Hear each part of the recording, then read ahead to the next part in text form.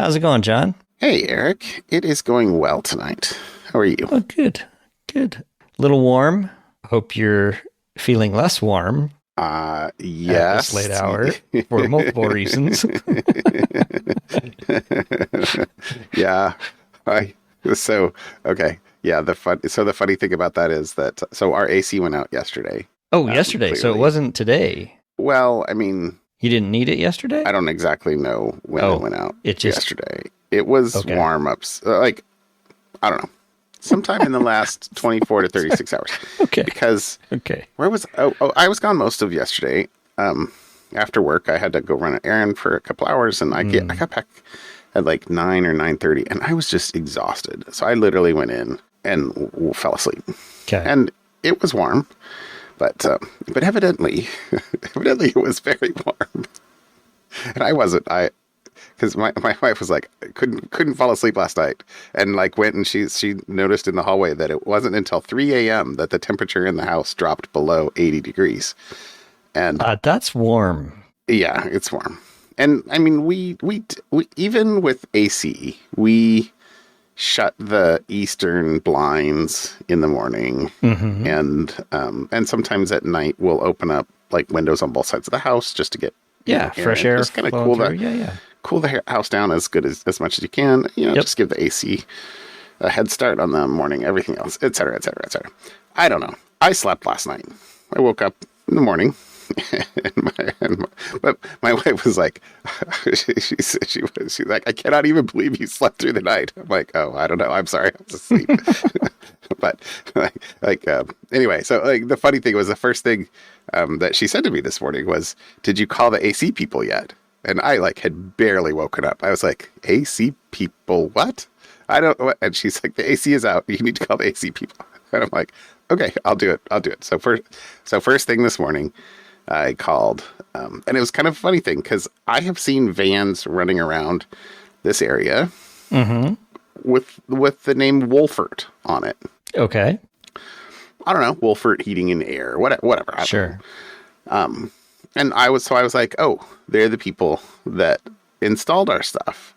But I didn't have their number, and I was coming downstairs into the basement anyway, so I went and looked. They put a little sticker on the furnace when you have it installed. Yep. And evidently, it was Wilfert instead of Wolfers. Okay. I don't know. You have to be a W or something like that. I don't know. Anyway, so I tried to call the people that installed it a couple of years ago. Actually, it turns out it was 7 years ago.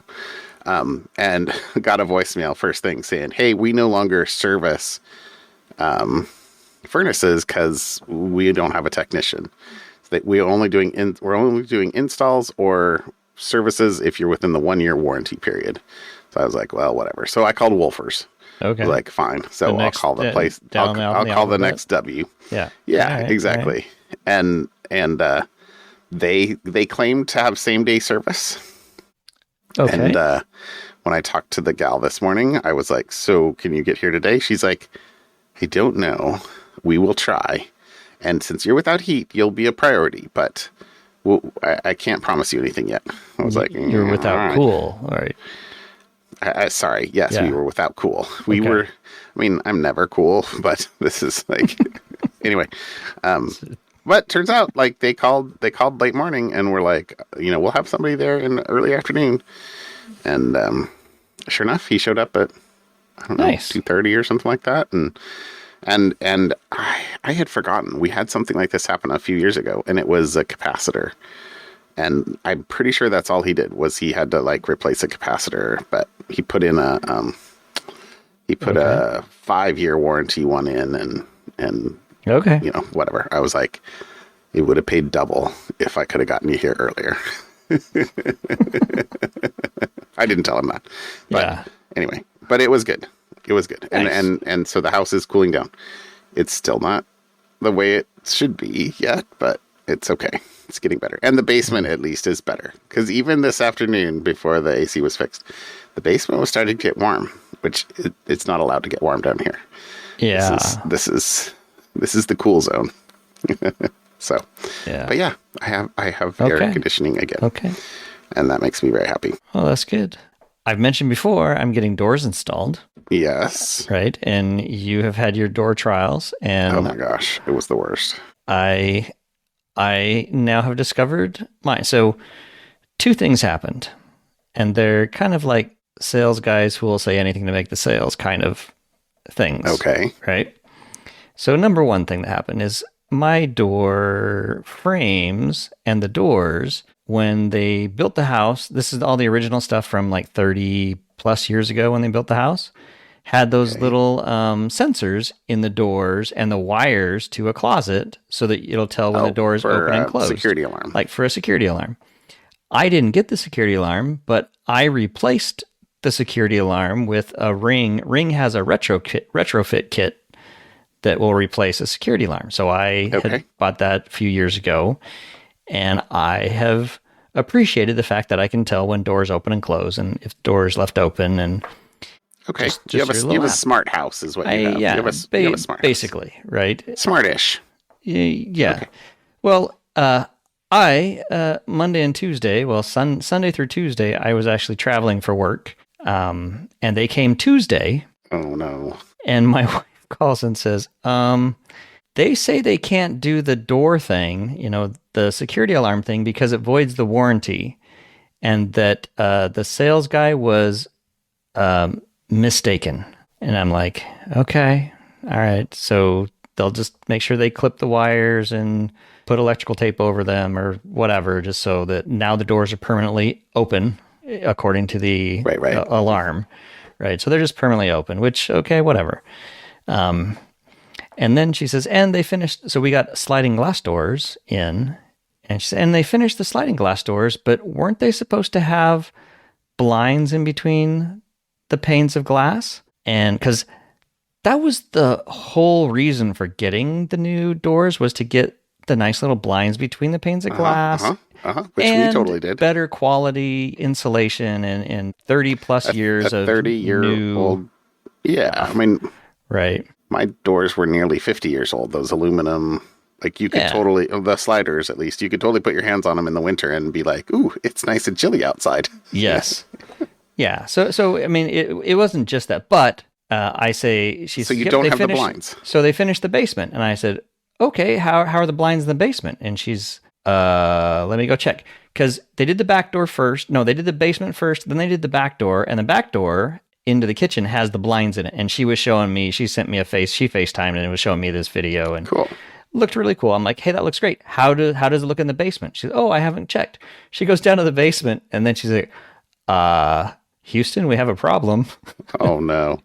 So she talks to the installers, and she's texting me kind of real time. The installers are looking at it. The installers have realized there's an issue. The installers are calling their supervisor. So, and this is but it Tuesday. Was after they had finished installing them? Yes, it is. Of course. It is done, installed, except for the caulking. They haven't done the full caulking. Oh, well, gee, that's awesome. So, but they've done everything else. They're like, we'll give you a good discount if you don't want blinds in your doors. So, am I reading the story? You're sort of jumping to the punchline, but they say, look, we're just the installers. Well, we talked to our supervisor. The sales guy is going to call you this afternoon and figure out what you can do moving forward. And I said, okay, that's great. So I'm actually at the airport about to board to come home when the sales guy calls. And before he even starts into his little pitch, I'm like, all right, the number, because I apologize for some of the mistakes. I was unaware of the security system thing. I thought we were doing that. Apparently and he gave me there are certain types of doors, yours don't do it. And before he started in with the sliding glass door in the basement, I said, hey, for the sliding glass door in the basement, the number one reason why we upgraded the doors was for those blinds in the middle. I just wanted to cut him short. I didn't want to have to, this is. I was gonna say, by the way, I don't know what I paid for those things, but I would have said, fine, I will eat the cost. Bring me a new door. Sorry. No. So are they? So they said, our mistake. So they're very good. They're like, Okay. our mistake. We'll fix it, and we'll make it right. The reason. But here's the funny reason. Well, it's not funny. Here's why it happened. Is there are different sizes of doors, and apparently the size that wasn't a custom size doesn't have the blinds in the middle of the panes as an option. So when they went to order the door, nobody caught the fact that the company they ordered from removed the blinds in the middle because of the size they ordered. So then the next thing was, so we need to order a slightly bigger door, which means we're going to have to cut into your wall a little bit on either side and maybe the top. And now my first question is, that's a load-bearing area. You're not cutting into any load-bearing stuff anyways. Yeah. So he's like, oh, yeah, no, we do it all the time. It'll be fine. I'm like, you're 0 for 2, pal. Right. Right. So this morning when the installers are back to install the front door, I'm like, hey, can you tell me, you install that door, is there room if we have to add an inch on either side and an inch to the top without messing with the load bearing? And he actually said, here, let me go get a pencil and paper, because I'm going to show you exactly what we would do and why this is going to be just fine. Okay. And it was all, because there's jack studs, and then there's the load bearing, and then, so he's like, so your thing has the jack studs, and then there's a 2x4 on the outside of the jack stud, which is just there to help frame the door. We can take that out or shave that down, and we'll be fine, because we won't hit anything that's load bearing. We won't touch, and we can't touch anyways. So he says, you're fine. And I'm like, all right, I trust you, the installer guy. They were fantastic. My wife really liked them. The installers. That's awesome. The installers were top marks for the installers, low marks for the sales guy. So, I mean, he was appropriately apologetic, and they are doing the right thing. That's good. So, which I appreciate. That's good. Anyways, good luck. That's my fun. Never a dull moment when dealing with contractors. Always fun to deal with a contractor from like a couple thousand miles away. Anywho, it's crazy. Well, all right. I see you put in some follow-up. Yeah. So it's follow-up fun, technically. We had talked about Amazon's Kuiper satellites that Amazon was launching to twice compete with Starlink. Well, and I think last time we had talked about they needed to have a minimum number of satellites launched by a certain date as part of the whole, I don't remember, government regulation or something. So apparently, in order to be able to get the satellites up as quickly as possible, they have now resorted to using SpaceX to, I seem to remember this, help them load satellites. So not just their own, what is it, Blue Origin was the Amazon competitor for launching stuff. It's like, all right, now we've given up. We're going to use SpaceX because they seem to be able to get up to space faster than we can. So, yeah. Anywho. Little ironic, but okay. Yeah. So what is kinda, it? Co-opetition? Yeah. Fun stuff. So it was the article was very polite. Amazon thanking SpaceX for giving the satellites a lift into space. I'm sure they paid through the nose to get them on the I bet they didn't get a 25% discount. No. And no free shipping. No free shipping. Yeah. So in the something fun follow-up, just if we're here, I did get an email from Kickstarter today that the shipping of that Eufy printer will be end of July or early August. It's like, all right. I'm already got things to print.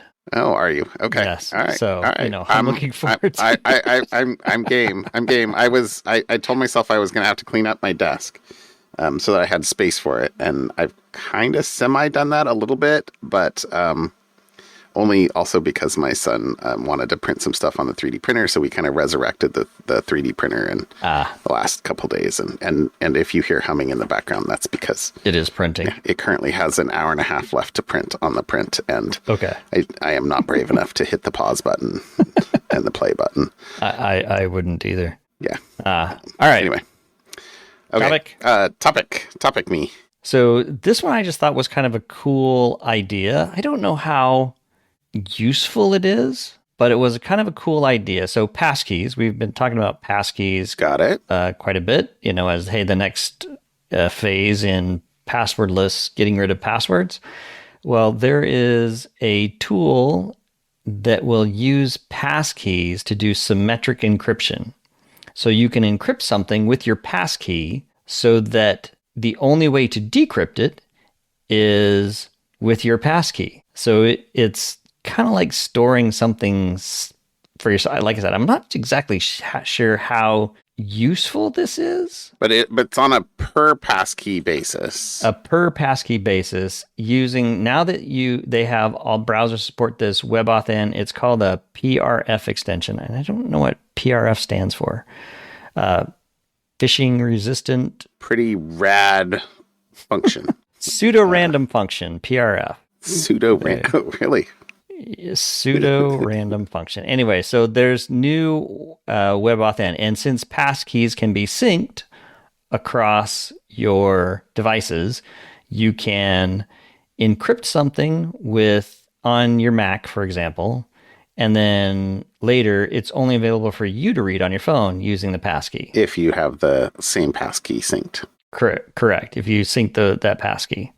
So it's kind of, like I said, I'm not, like, password managers usually have a passkey to get into the password manager, and then you can store all sorts of stuff in there and it's protected by your passkey. But it just looked like a fun project that someone built. It's GitHub repo. You can go read up about how he did it and how it pulls things together. And yeah, let's use passkeys. Here's a fun idea for passkeys. And you can then encrypt whatever you want so that only you can decrypt it with the correct passkey. So that's pretty much it. There's a lot more technical details. So we'll link in the show notes the article with more of the technical details. But you can use your thumbprint to encrypt and decrypt stuff for yourself. Interesting. So the pseudo-random function is a API that the browsers implement that takes an input and so I'm reading your thing here. Takes one or two inputs and returns a 32-byte output for each of them. Interesting. So it says it lets relying parties implement symmetric encryption by treating the PRF output as a key that's only available when the credential is available. That's clever. So there is a standard backing the pseudo-random function, but using the output of the pseudo-random function as, to create a symmetric key and then use that for encryption it's clever. A fun little side project. So there you go. Cool. My topic, I don't know, it's all AI all the time, Eric. I'm not sure if you're aware of that. So it's better than crypto all the time. We went through our crypto phase. This is true, I think. I'm going to go with yeah. This is less. That's true. This has more meat. So this is a Gemini article about Gemini, which evidently, and you're an Android user. I am not an Android user. Supposedly, Google has sent an email to Android users saying that they are going to allow Gemini to access private app data, even if you have turned off Gemini app activity, whether Gemini app's activity is on or off. So, okay. And supposedly this is so that Gemini can do more things on your device, even if you've said, no, I don't want Gemini to do things on my device or be able to do things on my device. Although it's a little confusing. If you look at the text of the email, I put a screenshot in our notes, and maybe this will be the screenshot in the chapter art, but it's a little confusing because it says whether your Gemini app's activity is on or off, this will be enabled. And then separately, there's another sentence down below that says, if you've already turned these features off, they will remain off. unclear how to do that. And then, so this article goes on. This is a Ars Technica article with Dan Gooden. So the evidently one of the ways that you can make sure this doesn't happen if you are not a Gemini fan. This is a little ironic that I'm saying to do this because I'm now paying for Gemini on an iOS device, even though I'm not a Android user. But you can uninstall Gemini, evidently.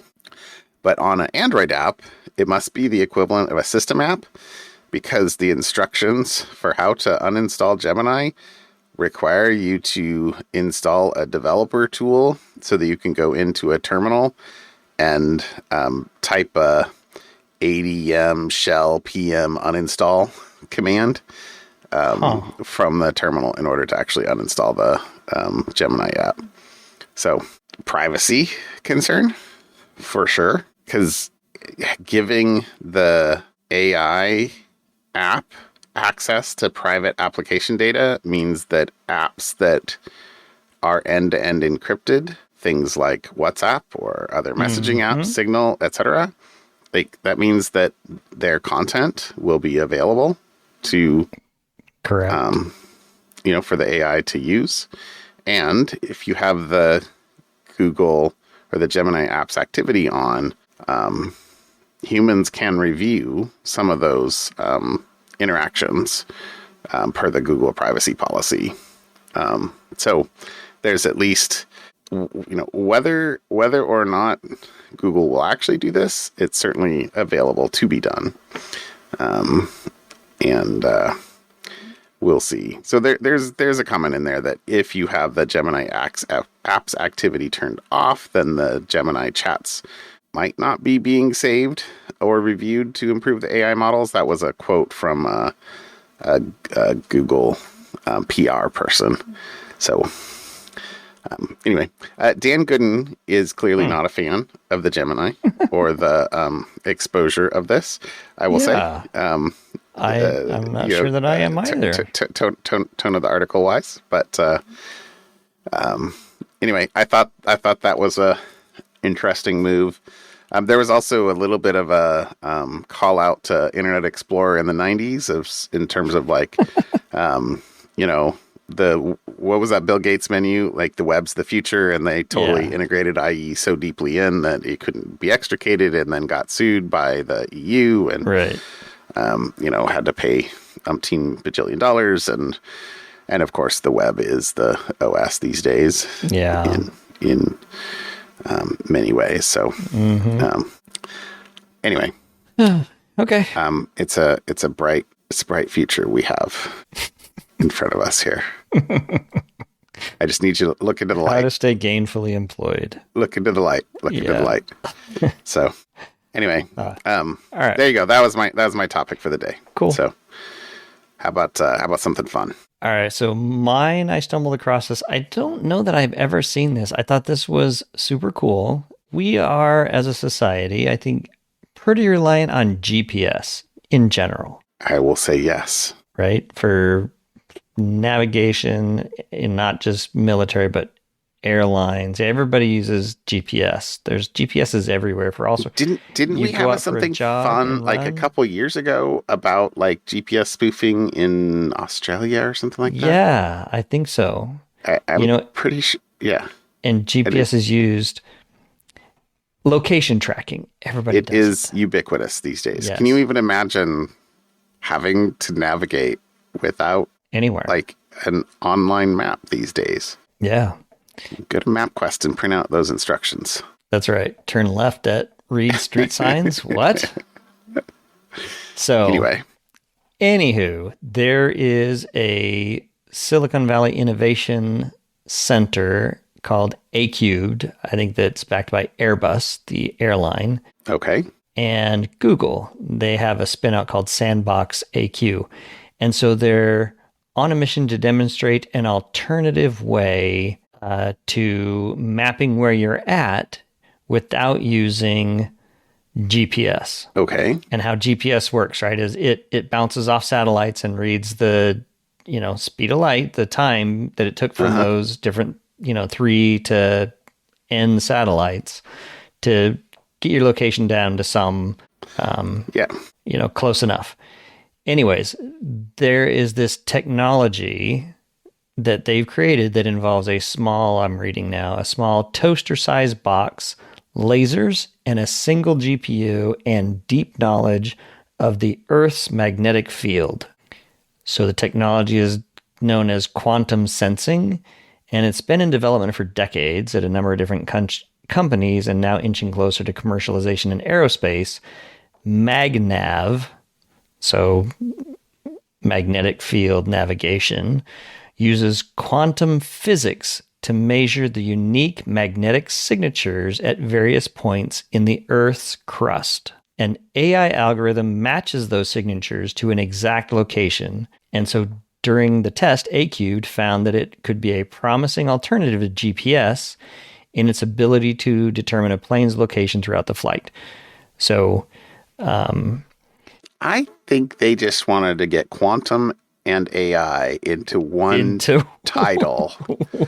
And it's April 1st, and somebody's punking you is what I think here. Like So the thing here is that quantum sensing is completely analog. So you can't jam it or spoof it, because unlike GPS, there's no digital signals that are vulnerable to hacking that it's looking at. It's information generated entirely from a device that leverages the magnetic signatures from Earth, which cannot be faked.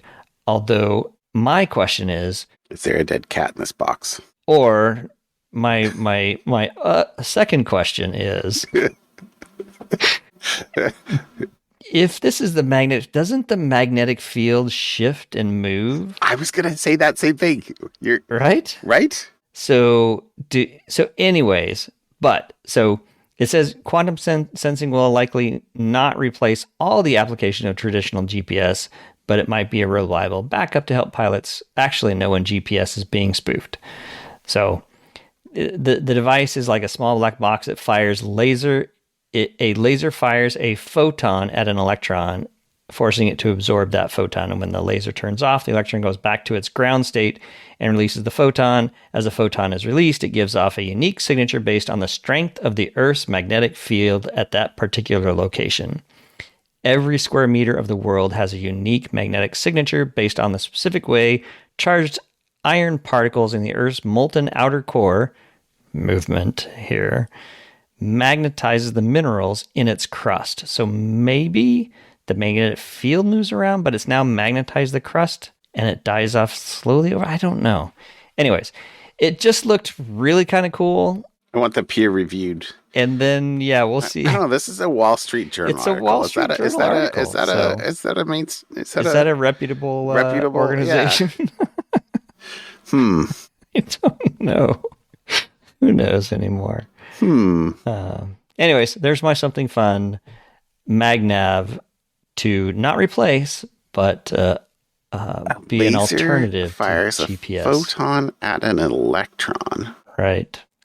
You're not going to have that in your phone anytime soon. But you're thinking too hard about this, Matt. Well, I mean, electrons generally orbit. Okay. I'm definitely I'm an armchair physicist. You're in the skeptic camp. I'm in the show me the black box. Show me the black box. All right. Anyway. Okay. Well, that is hypothetically cool. All right. It's Schrödinger cool. It's either cool or it's not, and we'll find out in another couple of years. Schrödinger's cool. There you go. Okay. All right. Okay. I have something that you can empirically validate in a very small couple of ways.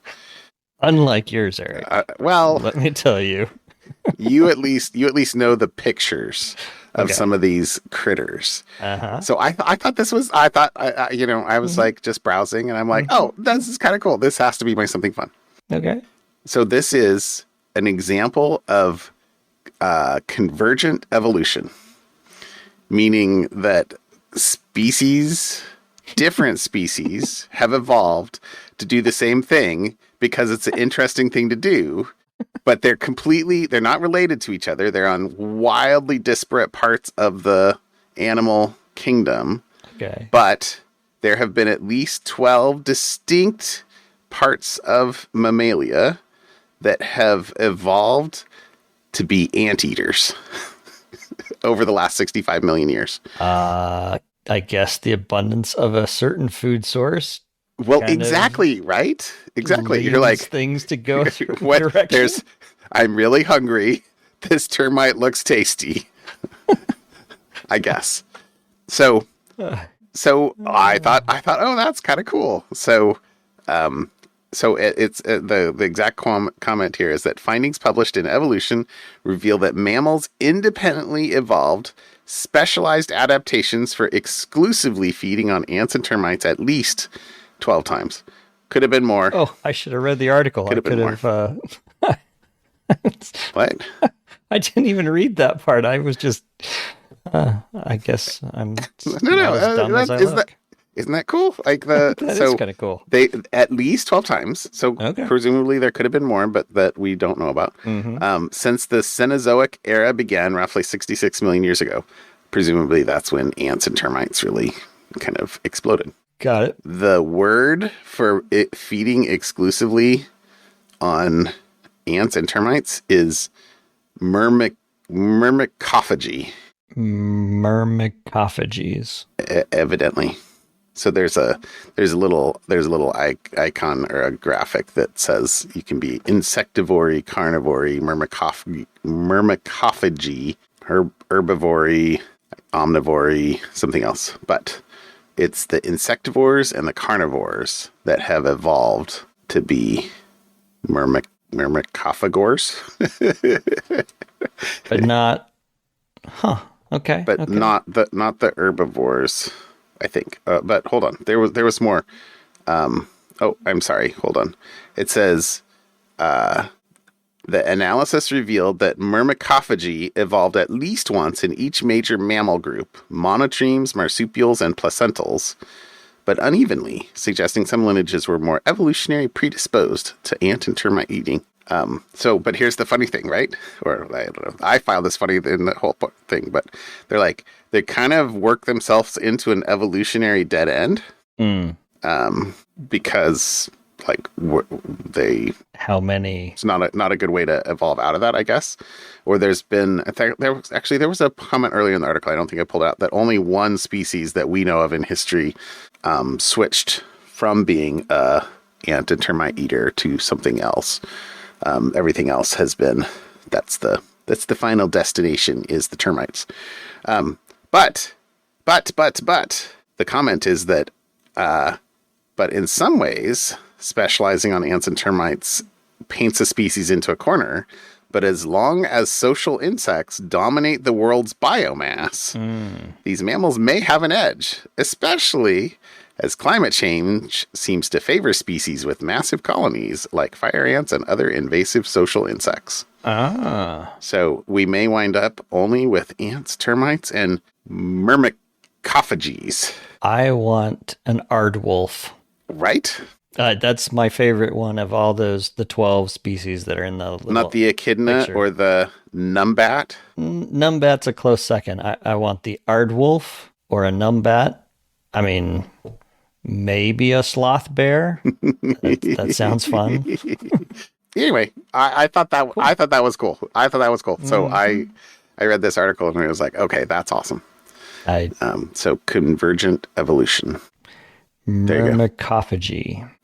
I will not remember that. I'm sorry. You can grill me tomorrow and I will have forgotten. I will remember that word exists, but I will not remember what that word is. I'm going to put it in the title. Okay. That way everybody can have fun trying to pronounce it. All right. What? Yeah. Sorry. Last one. One thing myrmecophagies share is an almost insatiable appetites. Ants and termites are so low in energy that even a small animal like the numbat has to eat 20,000 termites a day. There you go. Yeah. And the aardwolf has to eat 300,000 per night. No wonder the aardwolf didn't stick around. All right. There you go. Well, good stuff. All right, my friend. Have a good evening. Yep. I will talk to you later. We will see you. Bye, Eric. Bye.